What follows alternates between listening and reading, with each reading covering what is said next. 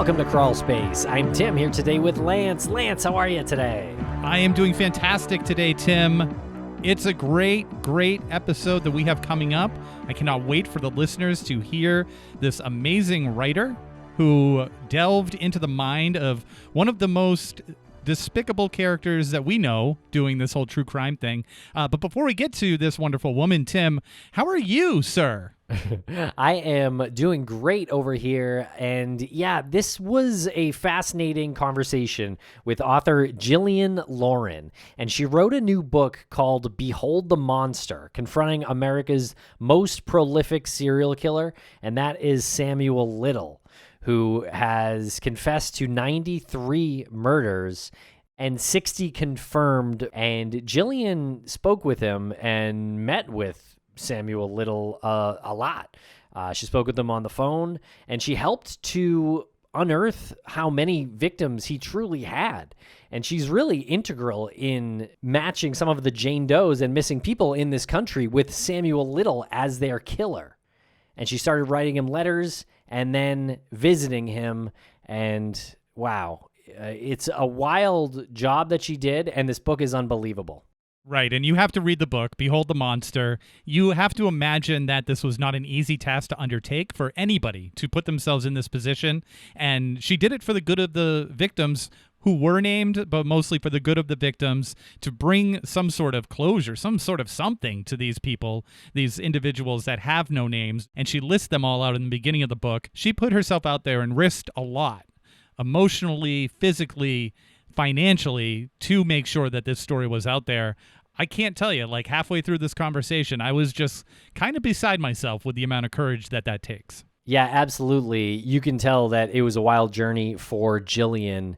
And let us know what you think of this episode on social media. Send us a message at Crawlspace Podcast or Crawlspace Pod. And while you're out there, check out Jillian's website. It's jillianlauren.com, and you can pick up a copy of Behold the Monster that is coming this month in July 2023. So you're really going to love this one. And for those of you who haven't yet, and I know there's just a handful, feel free to swing on over to our subscription service, Tim, so that they can hear this without the ads and every other episode that we do over here, including the first 7 episodes of our new series, Dark Valley. I'm going on and on. I totally forgot where they should go, so I need a reminder. Listeners can find Crawlspace Premium on Apple Podcasts, but if you're not an Apple user, you can go to crawlspace.supportingcast.fm and find the same product there, early releases, ad-free episodes, and our weekly bonus show. So make sure to check that out. All right, we'll be right back with author Jillian Lauren. Thanks a lot for listening, everybody.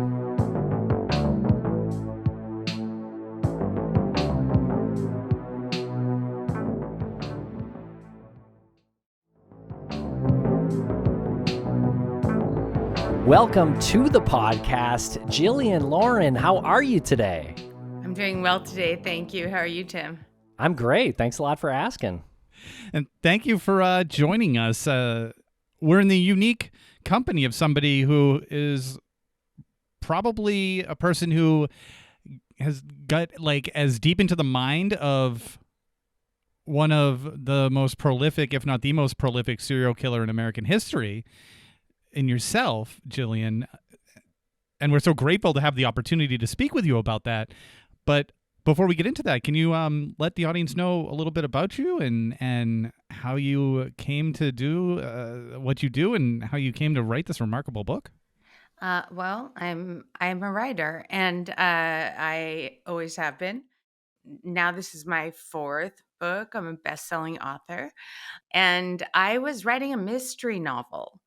Actually, I was writing a fictional book, and I interviewed this famous detective who, if anyone is a fan of Michael Connelly, who everyone is a fan of Michael Connelly, will recognize as Renee Ballard.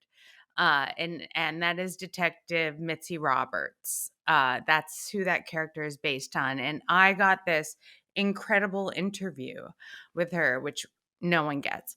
And it was about a mystery book I was writing because she is the custodial detective of the Black Dahlia case, which is one of the most famous cold cases in history, will never be solved. But every cold case in Los Angeles has a custodial detective. So I was talking to her about some of the Black Dahlia conspiracy theories and why this really will never be solved. And at the end of the interview, I asked her, it was like the last of the iced tea. And I asked her, what are you most proud of? I like to end an interview on an up note, right? And she said, I'm proud of them all, but I did catch the serial killer once, and that was pretty cool.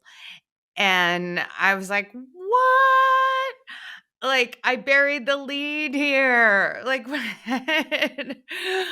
um, Tell me about this. And she said, well, we got this grant from the Department of Justice. There is the cold case special section in the Los Angeles Robbery Homicide Division, which is, if you live in Los Angeles, it's the division that handles the celebrity cases, the big cases, the serial killer cases. We got a lot of them here. And they had him. He was already in prison, and had been convicted for these 3 murders that they connected with DNA.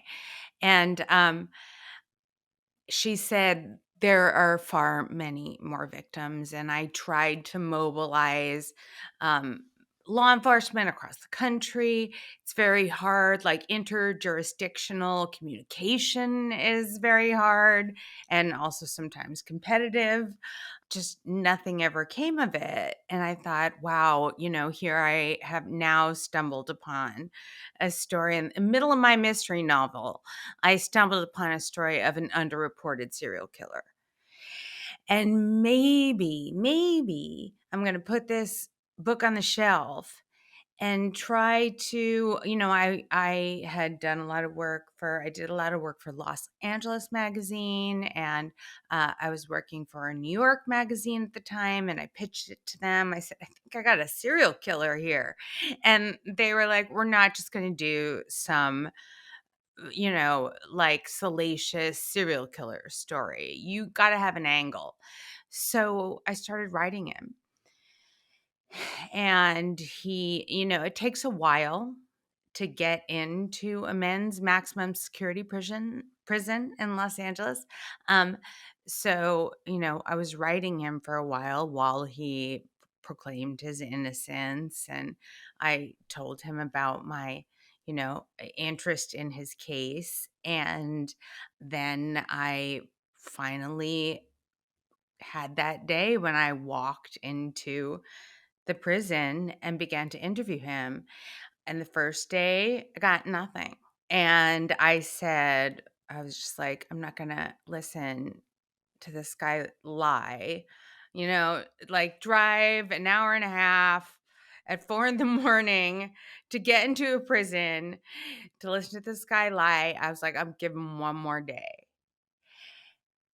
And he was transactional. He's a serial killer. He's, everything is about, what can you give me for what I can give you? And he wanted a TV. And he said, "Are you going to buy me a TV?" And I was like, "I don't know, Sam, am I?" Because you know what they're not going to pay me for? A book about how you're innocent. Right. And he was like, he had these long yellow nails that were like claws. And he started to like bang them on the table. And then he pointed at me and he was just like, "You got me, little miss. What do you want to know? You want to know about the first one?"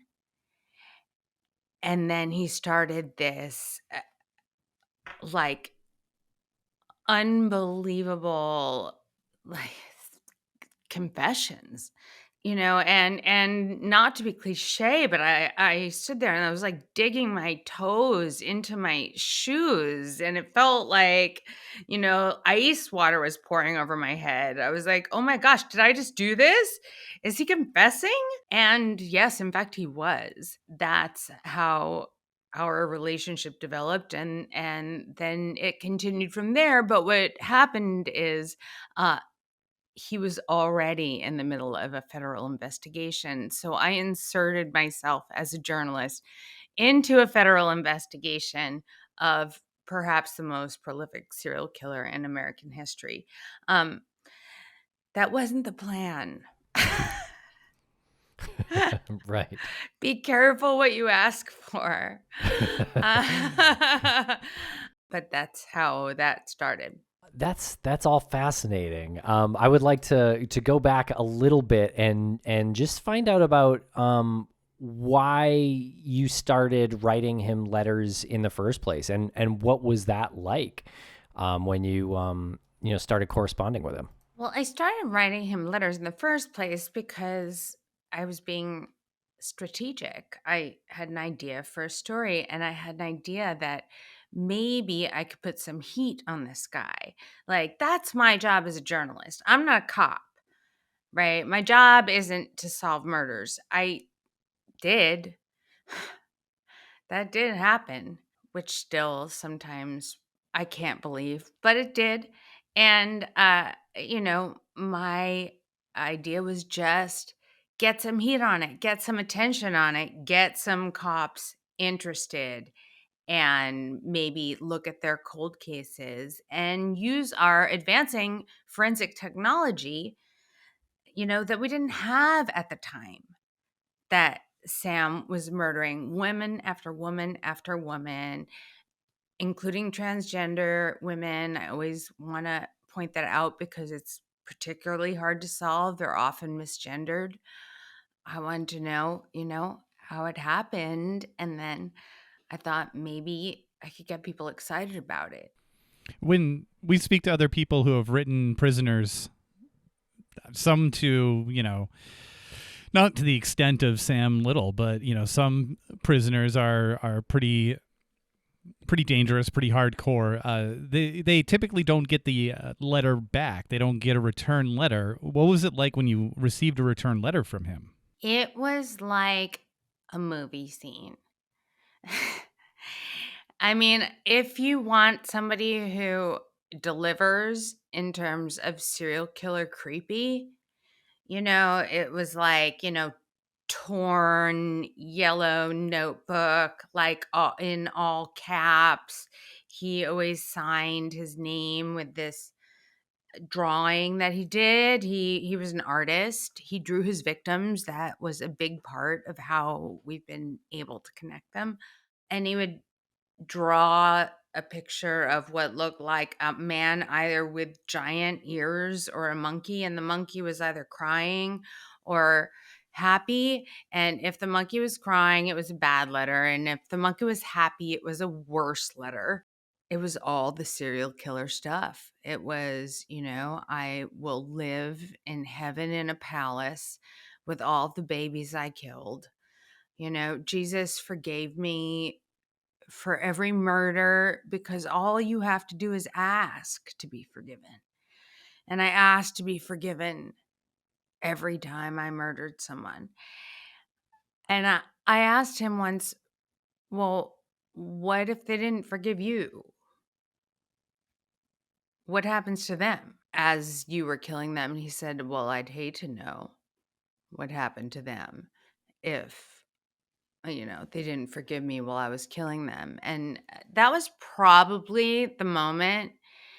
That was probably the worst moment in our conversations that I had with him in person, where like really I could have crawled over that table and killed him myself. I was just so angry. But my mother, she's very, very proper. And she always taught me, you cross your feet at the ankles and as if you are holding an aspirin between your knees. You keep your knees together, you keep your hands folded in your lap. And I was just like, oh, please, Emily Post.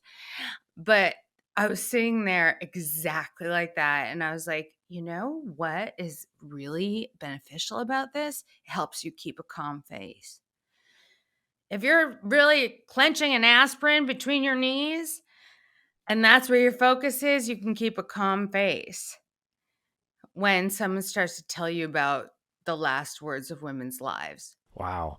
Now, did you believe him when he was saying the thing about the afterlife and meeting them again and actually being forgiven, or did that just sound like bullshit he was saying at the time? Do I believe that that's going to happen, or do I believe that No. he believed it? Yes, the second one. Because I'm actually, I have a bunk bed in that palace too. According to Sam. He said you're going to lose everything you ever cared about. I own you. And we, you've got a place in my palace in heaven. And I don't know. I don't know if Sam actually believed that. What I do know is that he used the Bible as an apology. Like Jesus was his apologist. I remember he said, you've committed sins. You a hoe. Oh, do we not cover that? My first memoir is about, I was the mistress of the Prince of Brunei, who was the richest man in the world at the time when I was 3 days over 18. He said, you a hoe, Jill, you know, and you're a sinner too. And in the eyes of God, all sins are equal. And I said, Sam, I think even in the Bible, there's sort of a hierarchy, right? Like, so let's go over the 10 Commandments, say. What's the first? Don't kill, right? Or steal, one of those. I am the Lord your God. You shall have no other gods before me. But no, he didn't have the answer either. Right. I didn't even try to guess. I was like, I went to Hebrew school, man. Like, you don't. I was like, and now we're going to get on to honor your father and your mother. But, don't kill's definitely in there. But he said, all sins are the same. And I just stole a cookie from the cookie jar. And I said, in which of those 10 commandments does it say don't steal the cookie from the cookie jar? I don't think it does. Not in so many words. No, all sins are not the same. How do you think he reckoned? I guess it's easy in someone's mind, like his mind, to justify what he did by applying the biblical rules to it and, allowing himself to be forgiven. But he targeted women and transgendered and those in marginalized communities intentionally, right, so that they wouldn't be discovered. Right, because he counted on that no one would care. Yeah. But did he ever talk to you about how that's in complete contradiction to Jesus in the Bible and how Jesus would, had disciples that were marginalized, and that was the purpose of Jesus, was to, it just feels so hypocritical to me. Hypocritical is the least of that man's crimes. Yeah. Did he ever talk about that? Like he's going completely against the Bible. He didn't live in a world he didn't live in our minds. He lived in a different world in his mind, and anything was justified. He lived in a world of wanting and taking. He was just really smart. You can use anything to make an argument for yourself, right? And he would say, no, actually, it was St. Paul, who was forgiven between the stirrup and the ground. And I was like, well, what if your victims didn't see the ground coming fast enough? Were they also forgiven? I mean, yes, I think he believed it, but he believed it because he wanted to. Because he thought God made him with this urge, right? This urge was to kill people. This was his sexual pleasure. He couldn't have sex in the way that we most, like, people who have, are not psychopaths would consider sex. He couldn't, sex for him was murder. And I remember one night after seeing him pacing the kitchen, just thinking, thinking, because that's what I do. I'm a writer, like I'm going to really think about what he says to me. And I was like, well, what if I couldn't get pleasure from anything but killing? Would I kill? And and I was and my husband was just like, hello, hello. This is your husband here. Jillian, this is you. And no. The answer is no.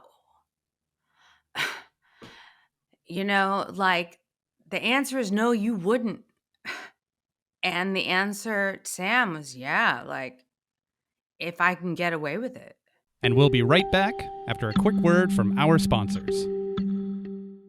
Thanks to our sponsors, and now we're back to the program.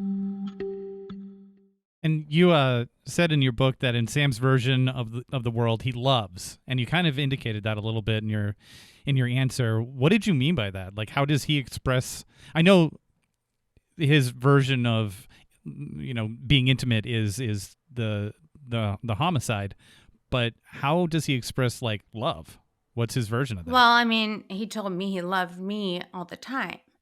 And there was one time it was years of interviews. So there, it didn't start out. I think people tend to point out, the more confrontational conversations I had with him, but they weren't always like that.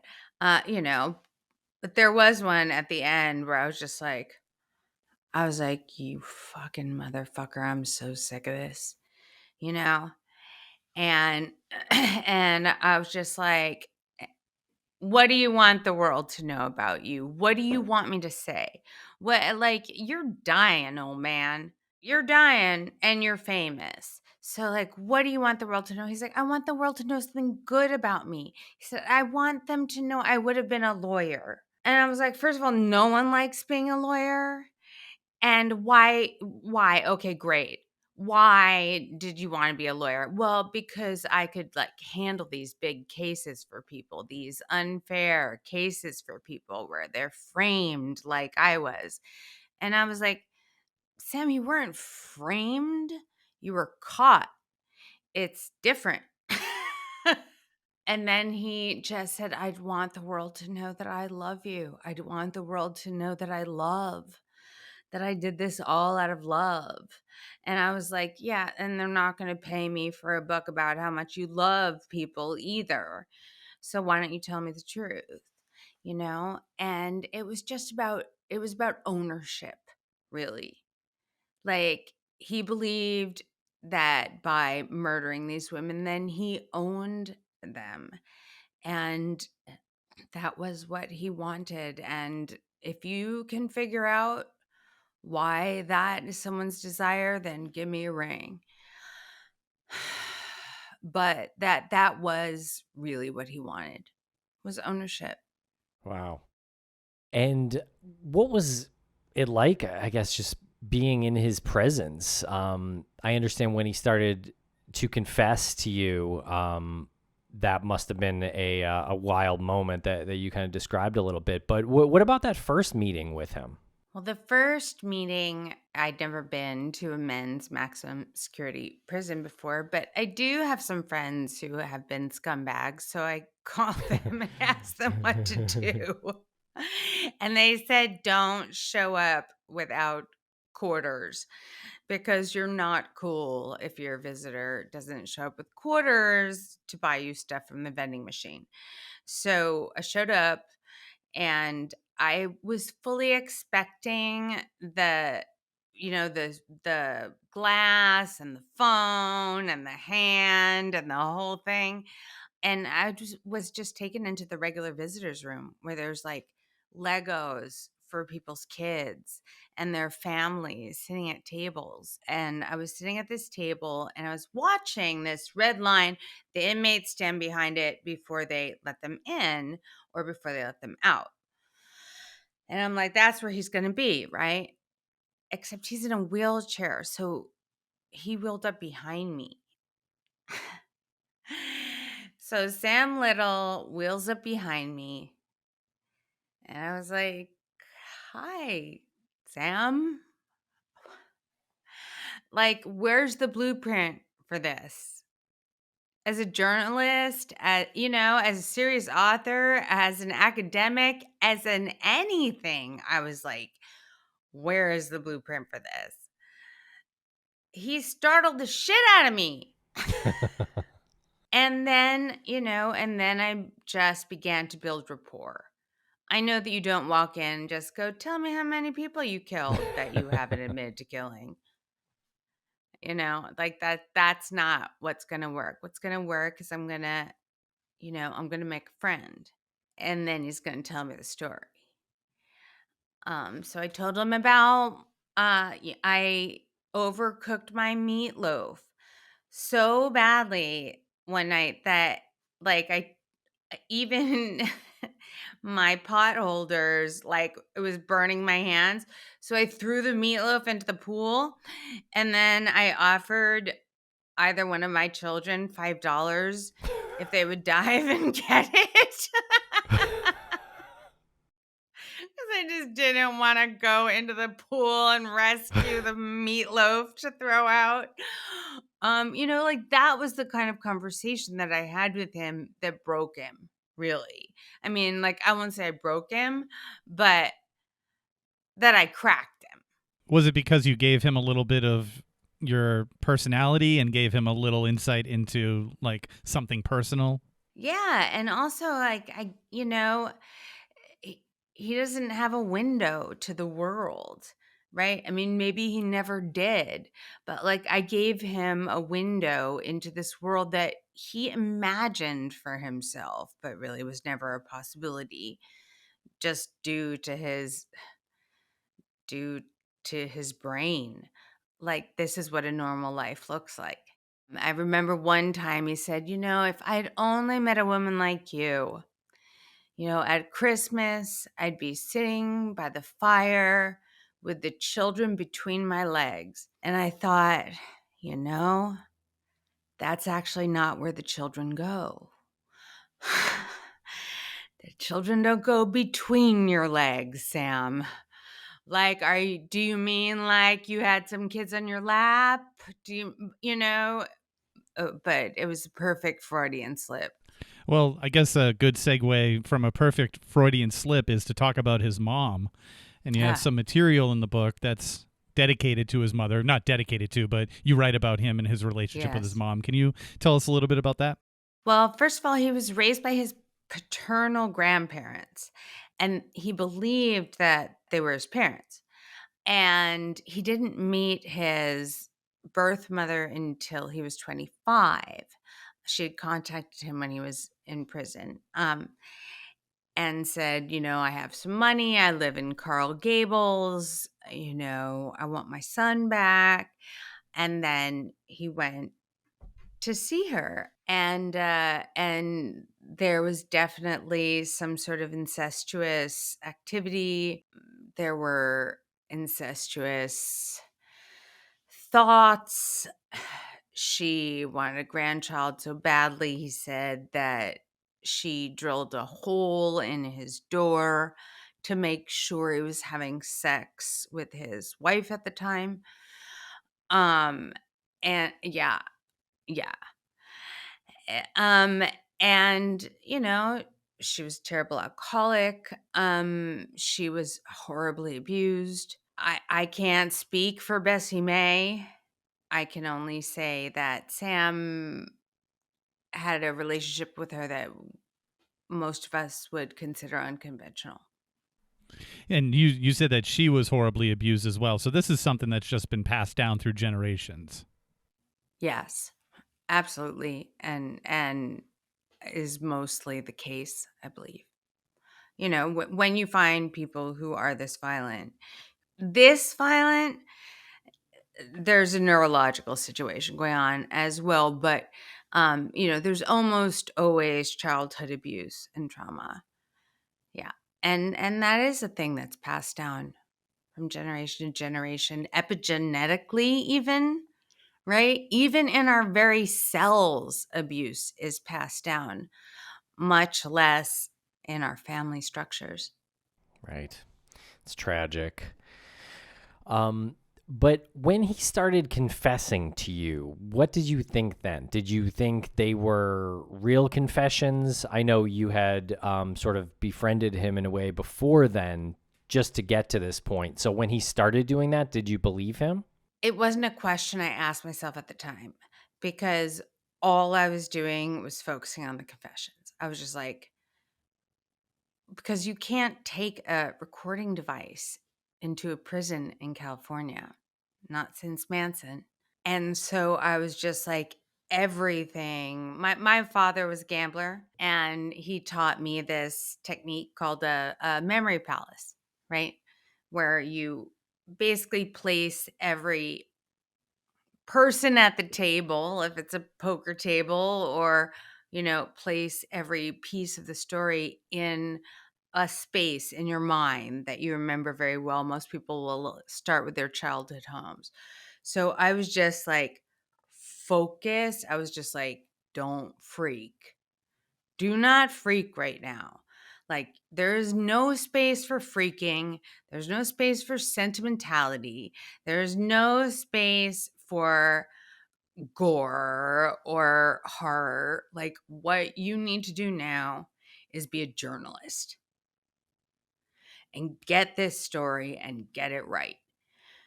So I think maybe it hurts me more now to think about it.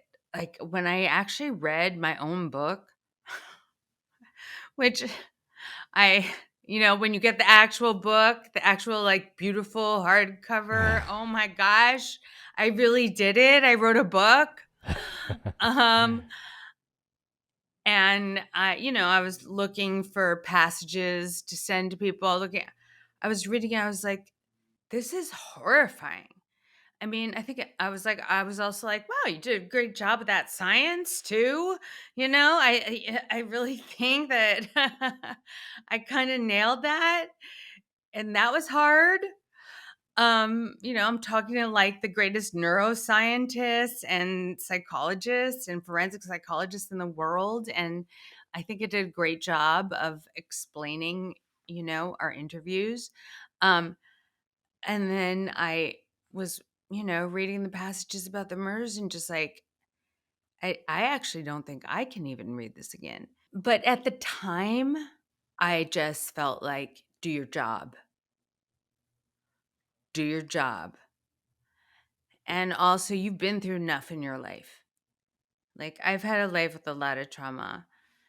I was like, you have been through enough in your life to not freak out. So don't freak out. And just remember every single fucking word he says and then call the cops. And that's what I did. Yeah, and you put it together in this book. And the one thing that stands out to me is when we have guests on, or when we tell the story of individuals who have been the victim of a heinous crime, or we want to make sure that we highlight the victims of a serial killer, we will go through the names and we'll say these are the victims. But he confessed to 93. And it's nearly impossible to go through the names and histories of 93 people in a 45-minute conversation Right. on a podcast. But your Right. book is that kind of, not kind of, your book is that honoring of these victims, because you don't even have his name in the title, which I thought was amazing. Was that intentional? The very first, yes. And the very first page is all the victims. I mean, even Right. every unknown, which I hope with all my heart this book will help close. Help close that number between the 93 confessions and we're at 62, I think now. 63, 62 confirmed. Yvonne Pless, a couple of weeks ago in Macon, Georgia, was just confirmed. And every single one to me is worth every bit of pain I went through to tell this story. but there's a list. There's the best list I could come up with. And it's the most comprehensive list there is. Wow. And so how did the process of verifying these confessions happen? Well, so Texas Ranger James Holland. So there were the initial three murders: Guadalupe Apodaca, Audrey Nelson, and Carol Alford, for which Sam was convicted in 2014. And then there's this Texas Ranger, full hat, everything, the whole thing, cowboy star, who is celebrated for being this serial killer whisperer. But, in order for him to have any kind of jurisdiction, he'd have to have a Texas case. So he started working with the FBI and the Department of Justice, and they found a Texas case. They found Denise Brothers in 1991. And with that, he was able to go and start interviewing Sam. So Texas Ranger James Holland began these interviews in California State Prison, and then began to bring in, and then he was extradited to Texas. And then he began to bring in local detectives from jurisdictions all over the country who had cold cases that matched Sam's MO, so that they could interview him and see, perhaps they would be able to solve these cold cases. And in many cases, they did.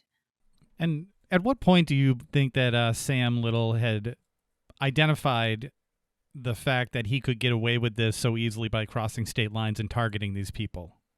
He was 30, I think, which is a little bit late, but often when serial killers progress, they tend to escalate. First he smothered his dog.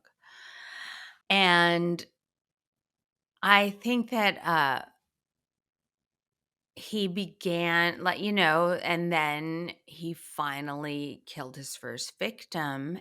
And he was working, and that was in Miami. That was Mary Brosley in 1971. And he was working for the sanitation department, and he heard, oh, they found a foot coming out of the ground, in the Everglades. Somebody was murdered. And he was sure that was the only victim he ever even attempted to bury. Otherwise, he just started leaving them by the side of the road because he was sure he was going to get caught. He was sure. And then he didn't. And then no one cared. No one looked. And then it began to escalate from there. And he always, he told me, I was just like, I had my own run-ins with violent men, with drugs, and I'm glad I didn't run into you on one dark night. And he was like, I never killed anyone like you. Like, I wouldn't kill any fancy New York journalist. I didn't kill any governors or senators. It was like, I killed prostitutes and addicts and people no one cared about. He was, I would say, exceptionally talented at targeting the most vulnerable and the least recognized people, like cops in LA in the 80s would call in a 187, would call in a homicide, uh no humans involved. It's an NHI. It's a homicide, no humans involved. And that just means it was a dead hooker in a dumpster. Or they just call it a no one.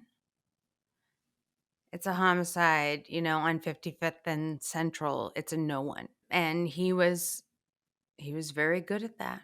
I mean, it goes without saying that that is just a much larger problem within the organizations that respond to these crimes. Right. And the law enforcement community. And Yeah. my hope is that both attitudes and science are changing now, and that we'll have a more level field. Yeah, I mean, your book is essentially the look what happened because of this Right. explanation. I mean, you've already categorized these people as no one, so look what happened. Right. So hopefully, like, attitudes do change there. I've seen them changing. I've talked to detectives across the country. I've talked to detectives who really care. And often they're cold case detectives. They're the only ones in their jurisdiction. They work the night shift. I'm hopeful. I mean, I walk away from this book both a totally changed person and hopeful. And we'll be right back after a quick word from our sponsors. Thanks to our sponsors, and now we're back to the program. When you started hearing all these confessions, and I understand it's up to 90, or 92, 93, the sheer amount of that is insane. Take us through your thought process at that point. Well, I didn't hear all 93. So not the 93 are Jim Holland's. I mean, I didn't hear every single confession. And there was a point at which, law enforcement was talking to me and just like, please, every single detail you get that's different than the one we get, then you've contaminated an investigation. So then we have to go look in that detail. And, so there was a point at which I stopped hammering on getting every single one and just focused on specific cases. For instance, Alice Duval, which was the murder that I solved really bottom to top, top to bottom, whatever. And I'm still very close with her family, and I'm very proud of that. And it's captured amazingly enough in episode 5 of Confronting a Serial Killer, which was the documentary Joe Berlinger made about me writing this book and trying to seek justice for these women. Yeah, and it's a great documentary too. Now, for those listeners who saw you on Confronting a Serial Killer, what can you tell them about your new book, Behold the Monster, that might surprise them? I think the whole thing will surprise them. The documentary was one thing, and the documentary is Joe's documentary. Joe Berlinger was the director, not me. It was more about me than by me. This book is by me, and so you'll hear my observations, the travel I did, the work I did, and you'll hear it in my words, and I'm a real good writer. So, so I do believe also the book will entertain you. And I always hope to do that. And I realize that they may sound crass in this scenario, but I do hope to entertain you. And I hope to entertain you in order to educate you and get you interested and bring you in and make you care. So what you'll find in the book that's surprising is probably me. Yeah, I was actually going to ask that but you kind of just answered it. What the importance was in, injecting a little bit of yourself here and there throughout the book. It was never my plan. Oh, The whole plan of this, because I've been writing memoirs, and the plan of this was to take myself out of the center of the story. I was going to write a traditional reportage, and not have it be about me. Um, and yet here I am. Was it just harder to tell that story because it was all, it all was kind of filtered through you anyway? I think that the story comes to you. I started writing it a different way. It turned into a million things. The writing process is a mystery. And I also think it's a gift. And I'm sorry if that sounds corny, but, I think the story came to me, and also how to structure it and how to write it. And, you're talking about an 80-year span of time. So you can't exactly write it chronologically. like, you're going to need a guide through this. So, as a narrator, I sort of just think of myself as a guide. Right, and you're guided by the good stories and the bad stories, and your story and other people's stories. And I just want to, And the victims' yeah, stories. that's what I was actually just going to say. And the survivors. Can you tell us a little bit about the survivors that you acknowledge in the book? Yes. So there were 4 survivors. One is MIA and presumed dead. Layla McLean had already passed from cancer by the time I worked on the book. Hilda Nelson was the best interview I've ever done in my life. Not me. It was just the most fascinating and productive. And I think it taught me a whole lot. And then Lori Carriage in Portland was also an incredible interview and had such a memory. And the whole story was really horrifying. And to talk to another survivor was really cool.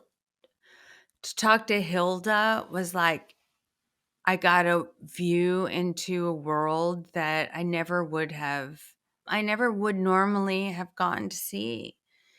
I was not a Black prostitute in Mississippi, in rural Mississippi in 1987.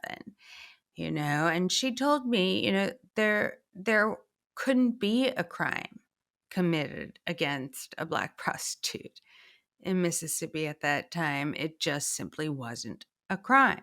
That was confirmed by the police there, Lieutenant Darren Versailles, who was there for the interview.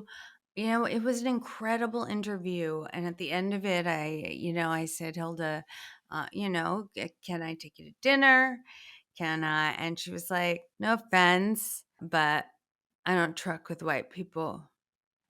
And she's like, everyone at my work's always like, Hilda, you're so funny. Hilda, you're so fun. Hilda, come out for drinks with us. And then one drink and that N word's going to start slipping out. And we're going to have words. She said, so thank you, but I don't truck with white people. And I was just like, no offense taken. I mean, like, no, that wouldn't have happened with me. But I certainly heard that was her experience of her life. Yeah, that's unfortunate. Now, how did you feel when you heard that Sam Little died? I got a text, and this was long before I stopped, turning off my phone at night. I was just like perpetually on hypervigilance for years. Like, I had a crossbody bag I wore in my own home that had, my little reporter's notebook and my phone in it, just in case I got that call. And, I happened to be out in the garden, and no one liked me very much. It was, hypervigilance is not a very nice state to be in. But I got a text at about 5 a.m. from Texas Ranger James Holland that said, pick up your phone. And then the call came at, I think, 6. And Sam had named me as his next of kin. So, I got the call from the prison with their condolences, that Sam had died of COVID-related complications on December 30th. And they were like, we're very sorry. And I was like, I don't even know what to say. I don't know what to say. I didn't even know what to think. Like, part of me was relieved. And I've even said that to victims' families and had them look at me funny. Like, you're not supposed to be relieved when someone dies. But I was relieved to not have to hear his voice ever again. I really was. And also, I knew that was it. Like, we had all the information we're going to have from him. There was no more going back to him and saying, no, you were wrong about this street. Couldn't have been this street. It would have to have been the other street. Is there possibly a way you could have made a left turn, not a right turn? That opportunity was gone. And also, I didn't have to talk to a serial killer every day of my life. So the feelings were really mixed. I was supposed to get all of his possessions. Like I said, I was his next of kin. So I had arranged with several neuroscientists at UC Irvine and Stanford to get them his brain, to get them this serial killer's brain. And it was the middle of COVID, and the coroner's office was like, well, he didn't fill out the paperwork correctly. Well, I'm sorry. And I felt so ghoulish. I was just like, can you put that brain on ice? Just really, seriously. Like, I'm not a ghoul. I'm just trying to turn a sow's ear into a silk purse here. Give me that brain. I would have gone in there with a hacksaw myself if I could have. But it didn't happen. And a year later, I get a call from the coroner's office and with an apology saying, we realize that, you were, not necessarily treated respectfully. And also, I'm the new inspector on this. I was the inspector on Manson. And frankly, what happened with Manson's remains was a disgrace. And we believe that you'll handle this respectfully. So would you like to come pick up his ashes? And my 10-year-old was home from school sick that day, and my husband was out on tour. Or he was out somewhere. He was recording. And I was like, I'll be right there. Jovi, get in the car. And he was like, nice, Mom. Roll nice. And I was like, oh, yeah? You like shoes? You get a job. Come on, we're going to the coroner's office to pick up some serial killer ashes. Get in the car, kid. I'll get you some McNuggets after. And yeah, so I don't remember the question, but I do remember like my feverish, sweaty 10-year-old's hand holding it and walking up to the door of the coroner's office and getting that box of ashes and also all of his possessions. I have a storage facility full of fan mail, hundreds and hundreds of pieces of fan mail. Also check out my TikTok because I do read them aloud. In case you're curious as to what people have to say to a serial killer, if you go to my TikTok channel, Jillian Lauren Author, I do read them, letters to serial killers. So some of the writers have been more appreciative than others. I don't reveal anyone's identities or anything, but yeah. Right. Wow. Well, Jillian, this has been an amazing conversation, and we really appreciate you spending some time with us here today, talking about your book and the documentary Confronting a Serial Killer. Thank you. Yes, and the book Behold the Monster, Confronting a Serial Killer. And please, there are all kinds of really cool pre-order incentives right now on my website, jillianlauren.com. You can find me on TikTok. Like I said, I'm reading those letters. I'm also reading letters from Sam. And most importantly, I'm talking about the victims that we haven't yet identified. So please look, because you can find me on TikTok, but more importantly, let's find these women and restore their names.